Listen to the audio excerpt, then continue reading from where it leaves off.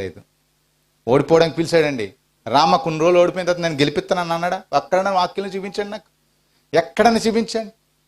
అందుకనే వేవేల శ్రమలు, వేవేల సైన్యము నా మీద పడినాను, అస్సలు భయపడదు. యెహోషాపాతు మీదకి 3 రాజ్యాలు వచ్చేసారు ఒకేసారి. ఏం చేయలో దిక్కు తోచలేదు. యెహోషాపాతు ఒకే ఒక పని చేశాడండి. ఉపవాసం ఉండి దేవుని సన్నిధికి వెళ్ళి ప్రార్థించగా పంతులు పెట్టమన్నాడు, పాటలు పాడమన్నాడు. అంతే. పాటలు, దేవుని యొక్క స్తుతి, ఆరాధన, దేవుని యొక్క సంఘం, దేవుని యొక్క వాక్యం అంటే ఏటి అనుకుంటున్నారు? ఇందులో బుల్లెట్లు ఉండవు కానీ అందరిని పేల్చేస్తుంది ఇది. అర్థమైందండి? మనం ఏం ఆపరేట్ చేయవసరం లేదు. మాటలు, మనం చెప్పుతున్న వాక్యము ఏంటండి, ఇందులో ఎటువంటి టెస్ట్లు, ట్యాబ్లెట్లు ఉండవు, కానీ అందరిని ఏం చేస్తుందండి?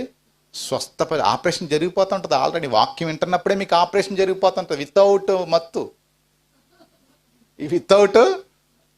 వితౌట్ ఎనస్థేషియా, మీకు మత్తు లేకుండానే ఇదేం చేస్తుంది కార్యం? వాక్యం ఉందండి. నా వాక్యము 2 అంచుల ఖడ్గమై మూలుగుల్లో దూరినంత మటుకు దూరి. ఒక దినాన్ని ఇలాగే అపోస్తలుడైన పౌలు గారు వాక్యం చెప్తుంటే ఒక ఓచేయగలవాడు వచ్చి శ్రద్ధగా ఆలకిస్తూ ఉంటాడు. ఈ వాక్యం అతనిలో ఆల్రెడీ కార్యం జరుగుతుంది, క్రియ జరుగుతుంది.